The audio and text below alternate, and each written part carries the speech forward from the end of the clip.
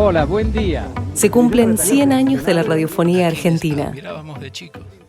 La radio, tal como la conocemos hoy, no hubiese sido posible sin el aporte de Julio Lagos, que en 1997 inauguró la transmisión por streaming en el país y siempre que pudo sacó la radio a la calle.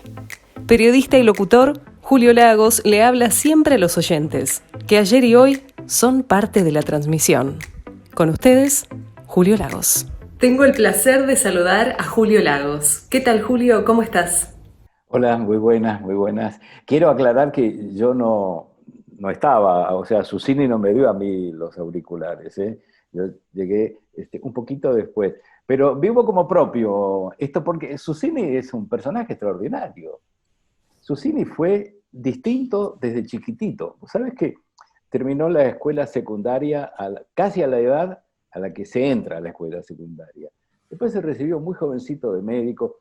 El papá era diplomático. Entonces él estudió cosas tan diversas como violín y análisis de los virus, mira que está de moda, en Viena y en París, porque el papá estaba trabajando afuera. Después se interesó por el tema de unas lámparas que se usaban para transmitir unas cosas rarísimas que andaban por ahí, y todo eso lo juntó con su espíritu aventurero y con unos amigos que eran, como él, médicos jóvenes, empezaron con la radio. Y hay algo, Cami, que no siempre se recuerda. No es que empezó la radio en la Argentina. Fue la primera transmisión de radio entendida como lo que nosotros sentimos que es radio, algo de todos los días, con criterio de programación. Porque antes del 27 de agosto de 1920, hubo, sí, alguien que tocó el violín en algún lado, alguien que cantó una cosa y se transmitió de uno a uno, pero una transmisión orgánica, con un criterio de continuidad, fue la primera vez en el mundo. Eso no nos sirve hoy para tener la mejor radiofonía del mundo, pero bueno, fuimos los primeros.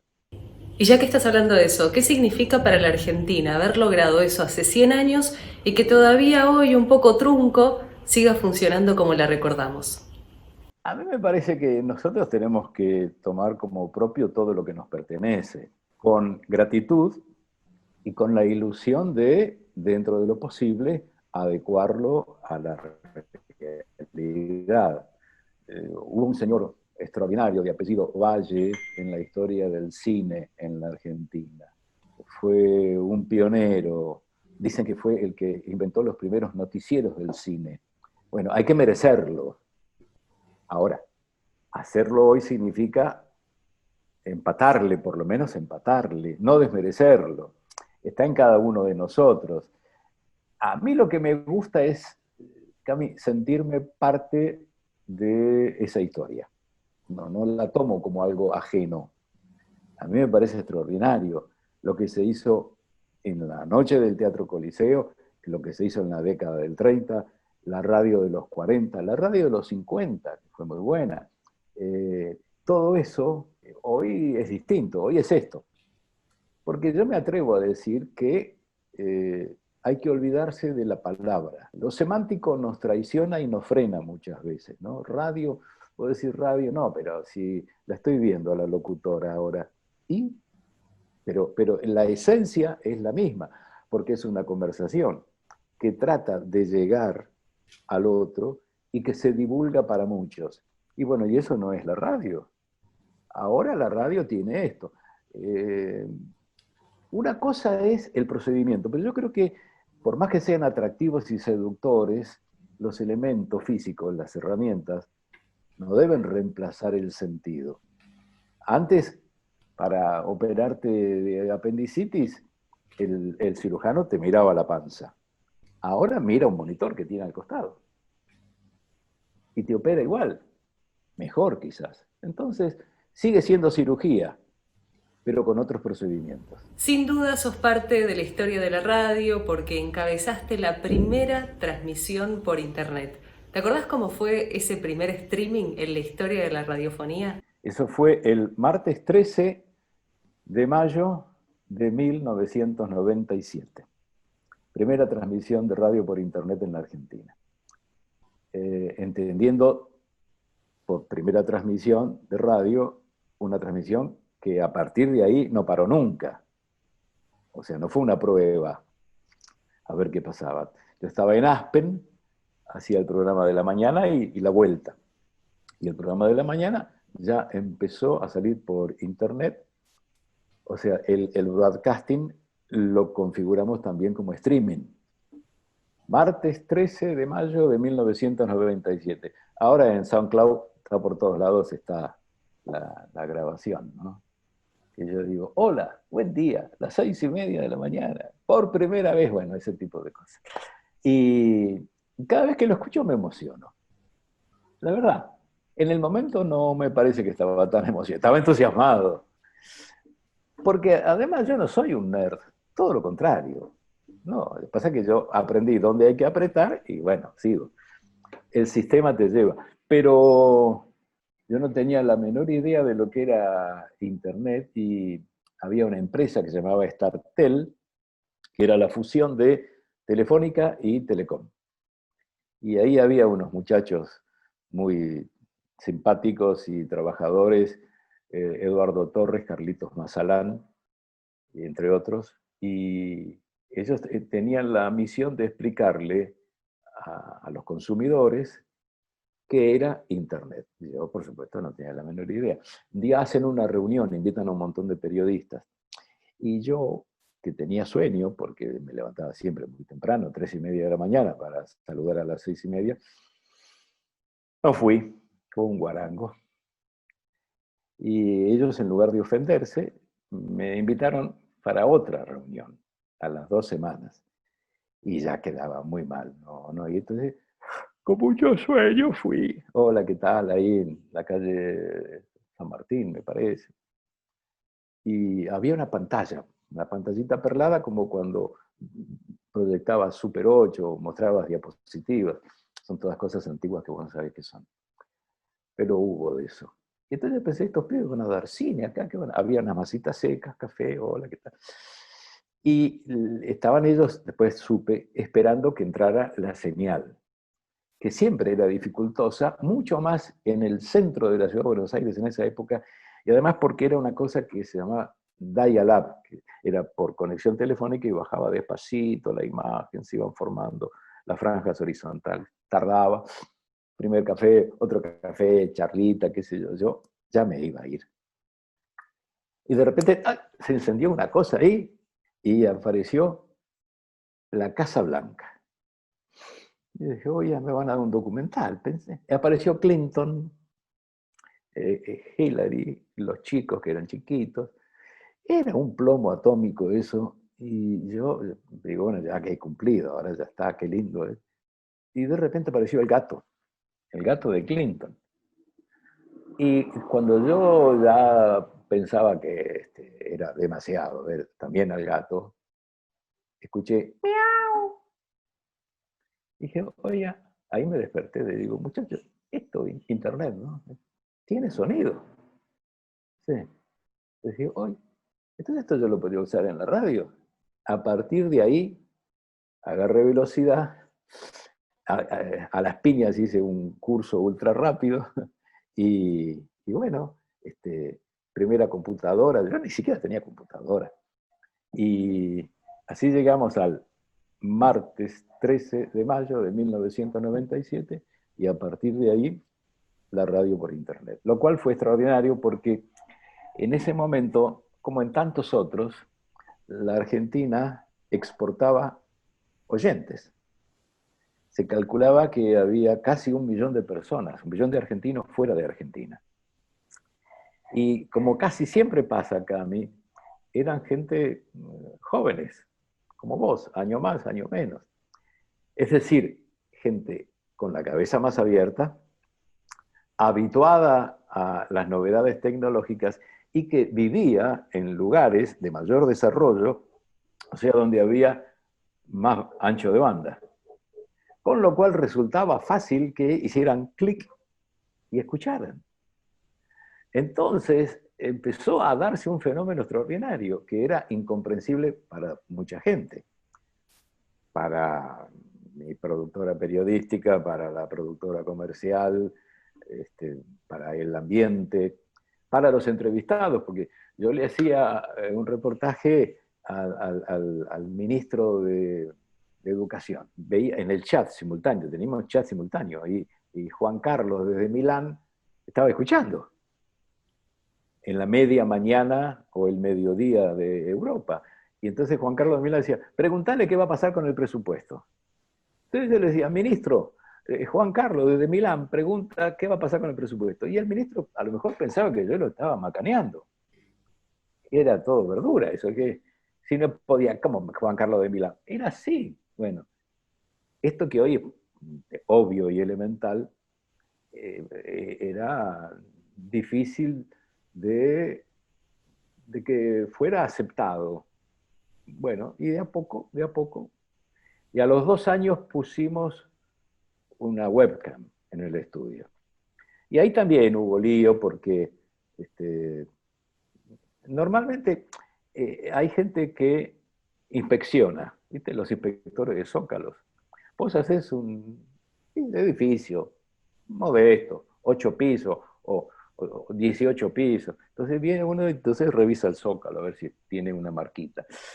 Entonces el inspector de zócalos no tiene la visión del conjunto, ve el detallito. Entonces decían, ah, no, pero eso no es radio, eso es televisión. Acá. Y no entendían que nosotros abríamos una nueva vía de comunicación con la que el oyente que sí te veía.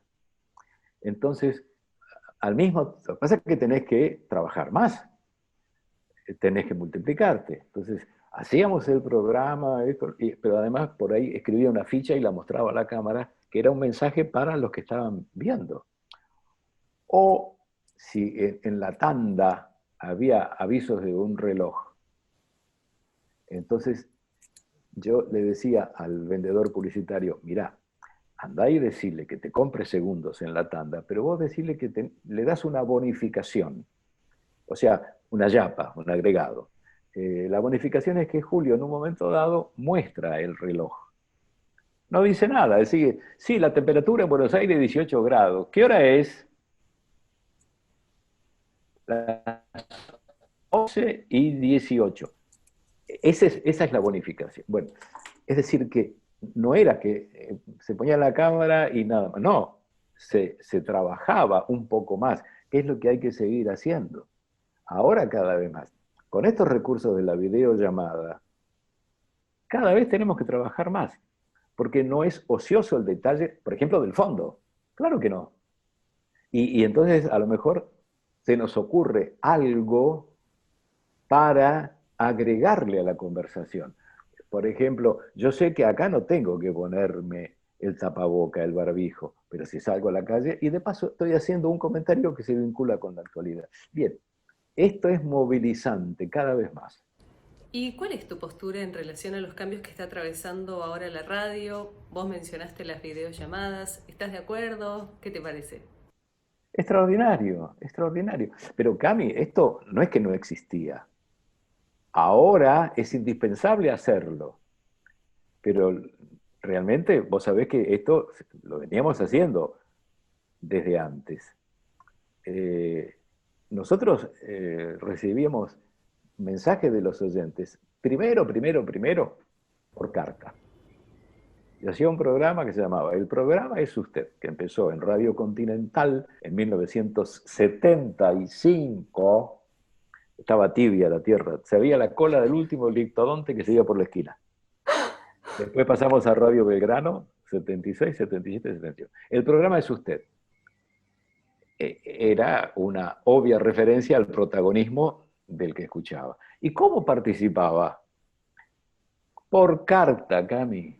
Por carta quiere decir un papel adentro de una cosa que se llamaba sobre, que se le ponía una estampilla y se ponía en el buzón. Y eso llegaba 2 días después, 3 días después. Y si era del interior, la señal de Radio Continental es muy fuerte en el interior, en el centro de la provincia de Buenos Aires, la carta tardaba un poquito más.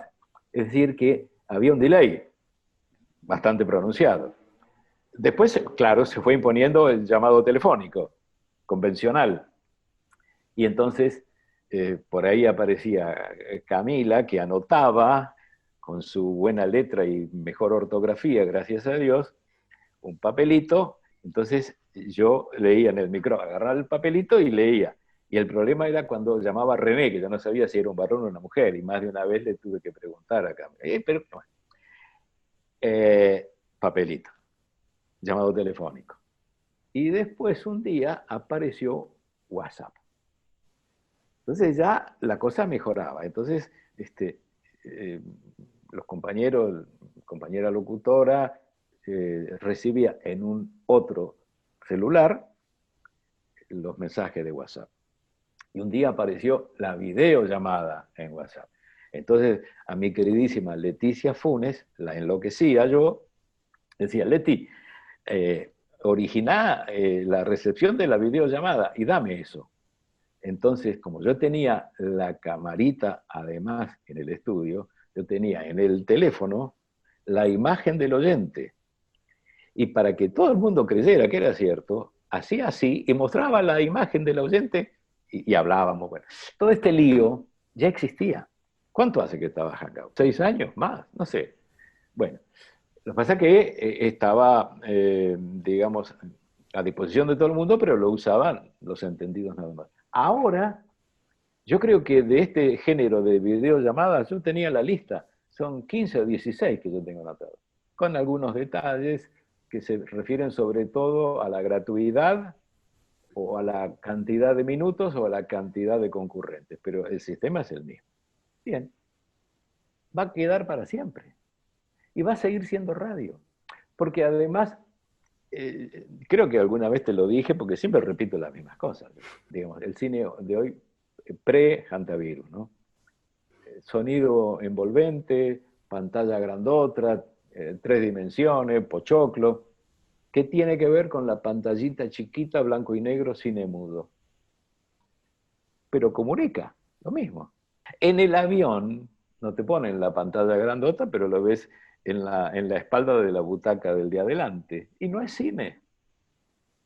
La emoción del drama, la gracia de la comedia, ¿te llega? La convicción de la actuación de una actriz o un actor, ¿te llega?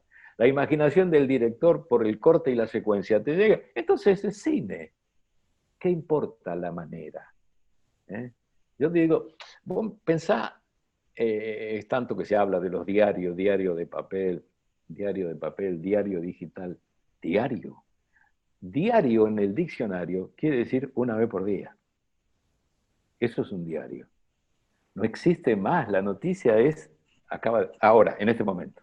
Me llegó recién en Twitter una noticia. Entonces, no, ¿qué diario? ¿Pero me informa? Sí.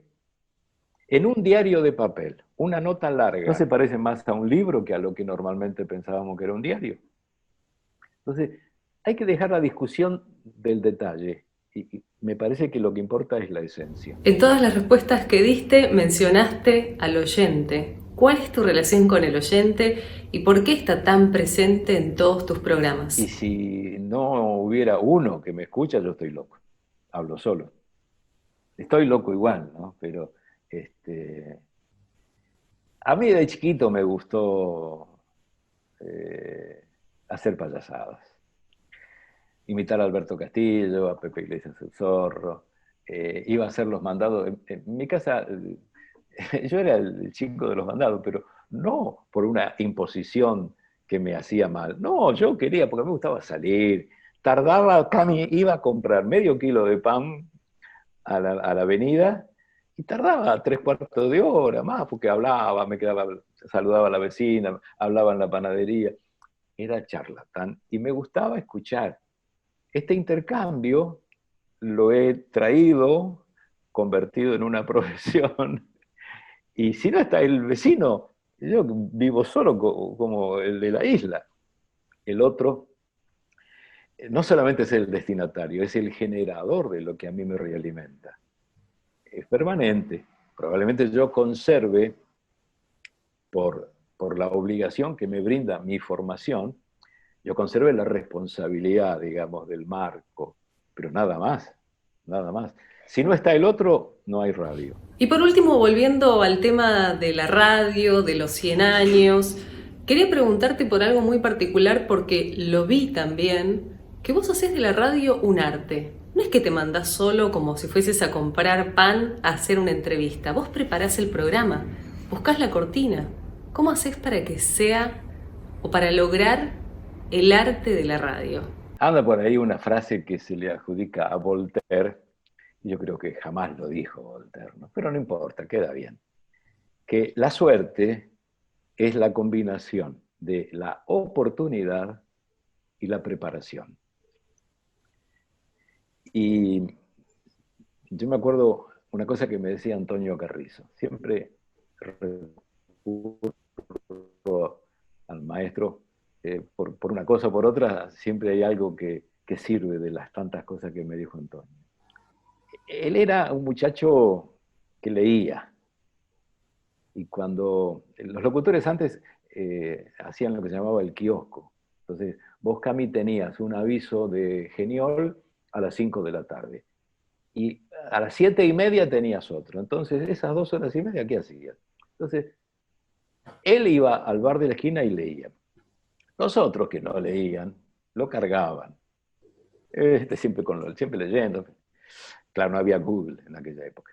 La manera de instruirse era el libro. Y el flaco me dijo, pobres, no sabían que yo me estaba preparando para cuando llegara la oportunidad.